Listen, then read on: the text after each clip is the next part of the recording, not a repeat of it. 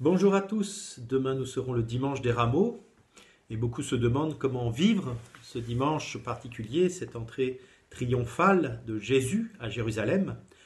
Alors je vous invite avant la célébration à prendre un rameau de fortune, ça peut être une branche comme ça tout simplement, ou quelque chose de beaucoup plus modeste que vous trouverez sur votre balcon, dans votre jardin.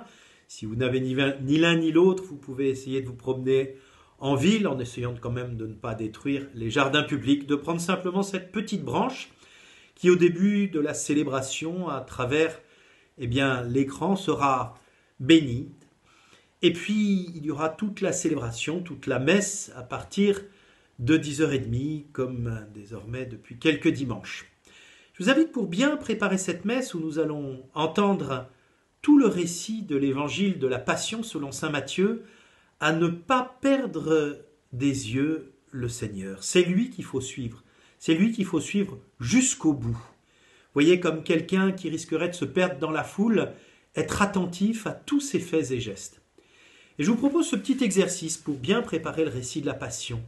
Quelle parole du Seigneur vient pour moi, pour cette semaine sainte, à travers cet évangile, ce récit de la Passion selon saint Matthieu. Et pour cela, je vous invite simplement à lire ce récit de la Passion et à retenir une phrase que dit Jésus.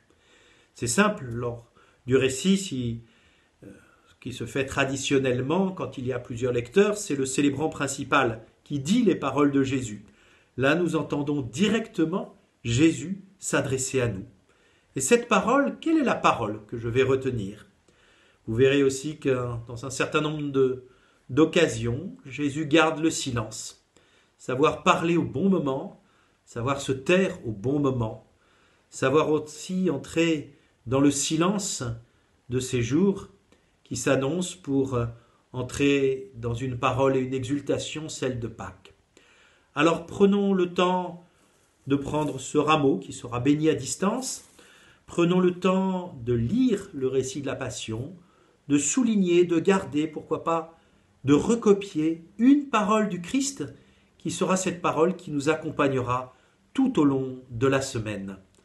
Alors, bon dimanche des rameaux et bonne semaine sainte à tous.